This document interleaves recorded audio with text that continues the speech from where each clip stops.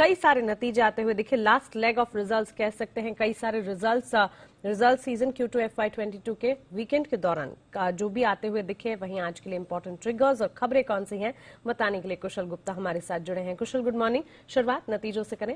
Good morning Mansi. Last leg और long leg काफी ज्यादा सेट ऑफ रिजल्ट्स जो है वीकेंड के दौरान आते हुए नजर आए थे। और यहाँ पर सबसे पहले जो निफ्टी की कंपनियां हैं उससे शुरुआत करते हैं, जिसमें हीरो मोटोकॉर्प यहाँ पर आपको नजर रखनी है। बेटर देन एस्टिमेट नंबर्स आते हुए दिखे हैं। हमारा जो अनुमान था आय का वो 7,900 करोड़ रुपए का था, उसके मुकाबले कंपनी ने ऑलमोस्ट 8,450 करोड़ रुपए की आय दर्ज की है।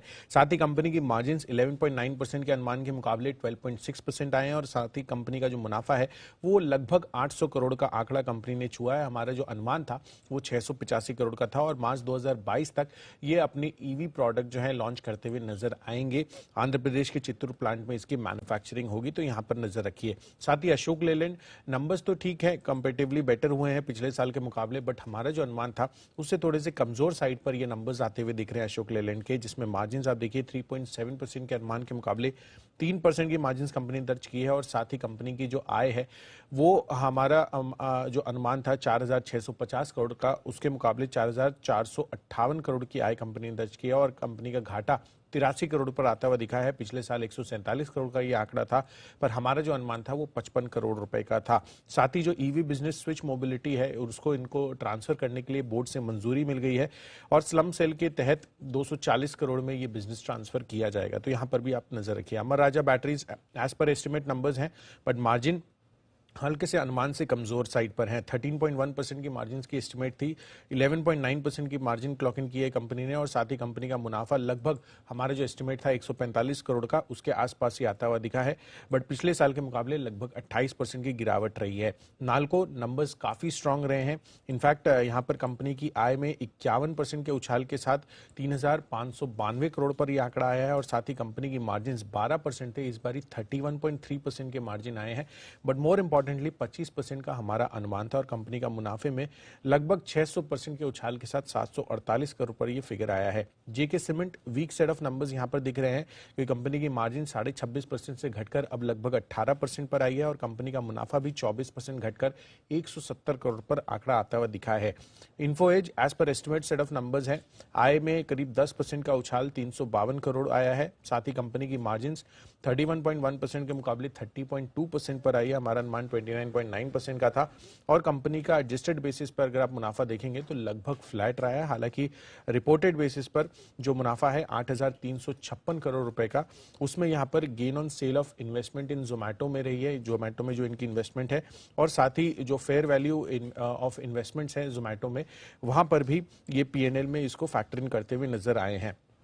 Apollo hospital above estimates numbers हैं, मार्जिन 11% से बढ़कर 16.5%, हमारा अनुमान 14% का था। साथ ही कंपनी का मुनाफा 175 करोड़ रुपए के अनुमान के मुकाबले अब 267 करोड़ का आंकड़ा कंपनी ने दर्ज किया है मुनाफे के लिहाज से।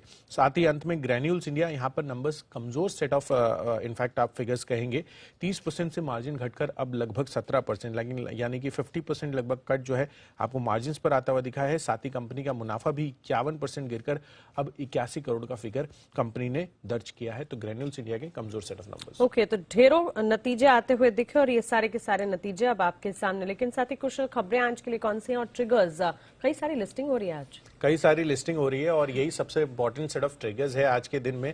और रिजल्ट्स के लिहाज से मैं बात करूं तो टिन प्लेट कैश स्पेस से एक नंबर आता हुआ दिखेगा, तो लार्जली जो है रिजल्ट स्पेस जो है खत्म होता हुआ दिखा है लास्ट वीक, तो यहां पर नजर रखिए। साथ ही जो आप लिस्टिंग की बात कर रहे थे उसमें पॉलिसी बाजार का 5625 करोड़ का आईपीओ की लिस्टिंग है, इश्यू प्राइस 980 रुपए है। एसजीएस एंटरप्राइजेस के भी 800 करोड़ का आईपीओ लिस्ट होगा, issue price 552। Sigachi industries 125 crore का आईपीओ यहां पर भी लिस्ट होता हुआ दिखेगा, इश्यू प्राइस 163 रुपए पर तय किया गया है। साथ ही रिलायंस इंडस्ट्रीज यहां पर फोकस रखिए, इसके जो पार्टली पेड शेयर के दूसरे और आखिरी कॉल की जो तारीख है 628 रुपए 50 पैसे की पेमेंट 15 से 29 नवंबर के बीच ये होनी है। साथ ही सेबी की जो कमोडिटी डेरिवेटिव एडवाइजरी कमेटी है उसकी आज बैठक है, तो यहां पर आपको नजर रखनी होगी क्योंकि कमोडिटी डेरिवेटिव में एफपीआई को मंजूरी पर यह विचार इस बैठक में संभव है। अक्टूबर का होलसेल महंगाई दर के आंकड़े भी आते हुए नजर आएंगे। साथ ही 3 बजे वित्त मंत्री मुख्यमंत्रियों के साथ बैठक करेंगी, जहां पर केंद्र शासित प्रदेशों के जो उप राज्यपाल है और राज्यों के वित्त मंत्रियों से ये बातचीत होगी और 7 बजे इससे रिलेटेड आपको प्रेस कॉन्फ्रेंस होती हुई दिखेगी। साथ ही सिक्योरिटीज कुछ एएसएम से निकल रही हैं, जिसमें Tata steel, BSL, Equitas holdings, India bulls real estate और डीसीएम पर आपको नजर रखनी होगी। आईपीओ अपडेट में लैटेन व्यू एनालिटिक्स आप देखिए हाईएस्ट एवर आईपीओ सब्सक्रिप्शन यहां पर आता हुआ दिखा और फाइनल जो फिगर है वो 326.5 टाइम्स ये बढ़ता हुआ दिखाया और रिटेल का पार्टिसिपेशन आप देखिए 600 करोड़ के आईपीओ में लगभग 119 गुना ये सब्सक्राइब होता हुआ दिखा। टार्स एंड प्रोडक्ट्स यहां पर भी आईपीओ जो है आज से खुलता हुआ दिखेगा। 17 नवंबर तक ये आईपीओ खुलेगा। 635 से 662 रुपए प्रति शेयर की जो ये आईपीओ प्राइस है, 1024 करोड़ का ये आईपीओ है और कंपनी ने एंकर बुक के जरिए लगभग 306 करोड़ रुपए जुटाए हैं। आईआरसीटीसी रेलवे ने बहाल की जो कोविड-19 से पहले की सारी ट्रेनें हैं वो उन्होंने वापस से ऑपरेशनल कर दी है और लगभग 1700 ट्रेनों को फिर से शुरू किया जाएगा। तो यहां पर आईआरसीटीसी पर आपको नजर रखनी है। रूट मोबाइल यहां पर क्यूआईपी के माध्यम से लगभग 47 लाख शेयर जो है 1852 के भाव पर जारी हुए हैं। 5% डिस्काउंट है फ्लोर प्राइस से। और शिल्पा मेडिकेयर यहां पर भी फोकस रखिए क्योंकि प्रेफरेंशियल इश्यू के माध्यम से लगभग 53 लाख शेयर 564 के भाव पर जारी किए गए हैं। इश्यू के माध्यम से लगभग 297 करोड़ जो है जुटाए गए हैं। तो यहां पर फोकस रखिए। और अंत में दो और खबरें हैं जिसमें मिर्जा इंटरनेशनल घरेलू कारोबार का डिमर्जर जो है होता हुआ दिखेगा।